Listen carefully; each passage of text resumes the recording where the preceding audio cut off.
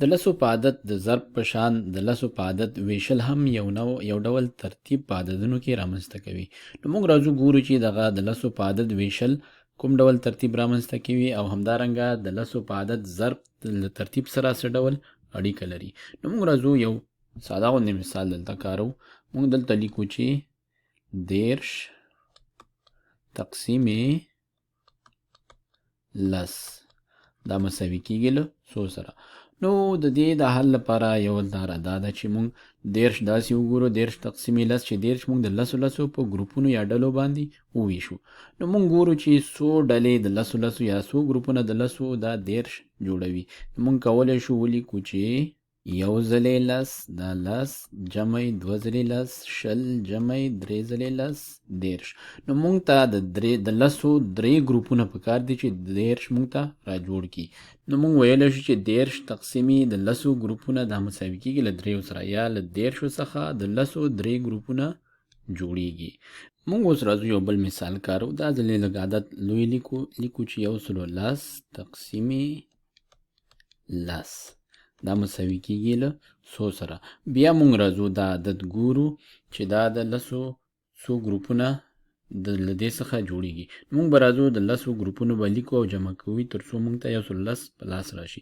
نو موږ لیکو چې یو ځلې د لسو یو ګروپ دا 10 شو جمع 10 شل جمع 10 13 جمع 10 40 جمع 10 50 جمع 10 شپېته جمع 10 اویا جمع 10 اتیا جمع 10 90 جمع 10 سل جمع 10 یو سلو 10.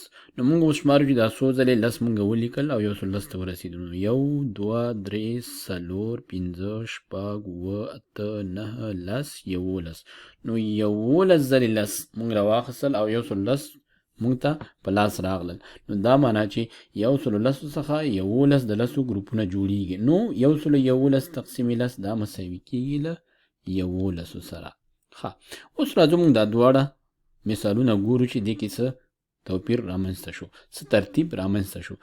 13 چې موږ په لسو تقسیم کړه 3 په لاس راغی. 110 مو چې په لسو تقسیم کړه 11 په لاس راغی. دې کې څه توپیر راغلی دی؟ توپیر دا دی چې دا 13 دلته ځواب موږ ته هماغه عدد دی خو دا یو صفر ترېنه څنګه شوی دی؟ لرې شوی دی. همدارنګه 110 و د دې څخه یو صفر کم شوی موږ ته 11 په لاس راغلی. نو دا معنا چې کله موږ یو عدد په لسو باندې تقسیموو یا ویشو نو موږ ته د عدد څخه یو صفر کموي. که تاسې پام کړی وي نو ضرب کې موږ سره دا خبره په بل ډول وه. ضرب کې موږ سره د دې برعکس وه. تاسو ته که په یاد یې موږ 2 ضرب 10 چې کله ولیکل دا مساوي کېدل 100 سره دا مساوي کېدل 10 سره. نو موږ سره یو عدد یو صفر زیاتېده. همدارنګه موږ لیکلي وو چې 14 ضرب 10 موږ ته ځواب په لاس راغلی و څو ځواب موږ ته په لاس راغلی و 113. نو په ضرب کې چې کله موږ ولیدل یو صفر زیاتېده، خو په تقسیم کې موږ چې کله یو عدد په لسو باندې ویشو له هغې څخه یو صفر کمیږي. نو اوس راځو دا چې موږ ترتیب ولیده یو بل مثال پکې کارو خو هغې کې دغه د لسو ګروپونه پکې نه ښکاره کوو، همداسې عدد نه ځواب پیدا کوو. موږ لیکو چې 7 دا تقسیم 10 دا به مساوي کېږي له 100 سره. نو اوس خو موږ پوهېږو چې کله یو عدد په لسو باندې تقسیمو موږ هماغه عدد لیکو خو یو صفر ترېنه کمو. نو ځواب زموږ همدغه 7 راخلو یو صفر ترېنه کمو. دلته لیکو چې 700 نه یو صفر موږ کم که 700 په لاس راغی. نو په عدد کې څه توپیر رامنځته شو؟ توپیر دا و چې له عدد څخه یو صفر کمیږي. راځو اوس د طبقو د قیمتونو په شکل کې ګورو چې څه توپیر رامنځته کیږي. نو دا موږ سره د طبقو د قیمتونو جدول دی. راځو دې کې هغه لومړنی مثال کارو. موږ لیکلی و چې 13 موږ سره وه. که چیرې دا اوس موږ په لسو باندې وویشو لسو باندې نو دې کې څه توپیر راځي؟ موږ پوه شو چې دغه په لسیزو کې چې کوم درې دی هغه یوه خانه کوم خوا راځي؟ ښي لاس ته راځي او لسیزونه به یویزو ته شي دلته. او دا صفر هم یوه خانه خلاص ته راځي، دا به اشارې نه دې خوا ته راشي. نو ځکه مونږ دا دلته هم اشارې نه دې خوا ته لیکو او دلته بیا دا اشارې نه دې خوا څه معنا نه ورکوي، نو ځکه دا مونږ ورسره ونه لیکل. نو کله چې مونږ 13 په لسو باندې وویشه یوه خانه خلاصه د دې طبقو حرکت وکړه، نو لسیزونه یویز جوړ شول. راځو بل مثال کارو. دا ځلې هغه لوی عدد لیکو مونږ سره و 9,000.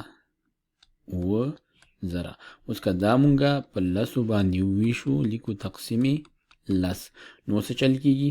مونږ پوهېږو چې د اووه چې دي زریزو خانه دا به یوه خانه خلاص ته لاړ شي سلیزو ته، او دا صفر به سلیزونه لسیزو ته راشي،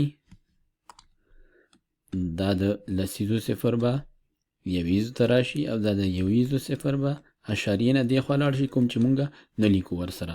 نو 9,000 چې مونږه په لسو وویشو 900 ترېنه جوړیږي. نو دواړه شکلونه تاسو اوس کتلی شئ.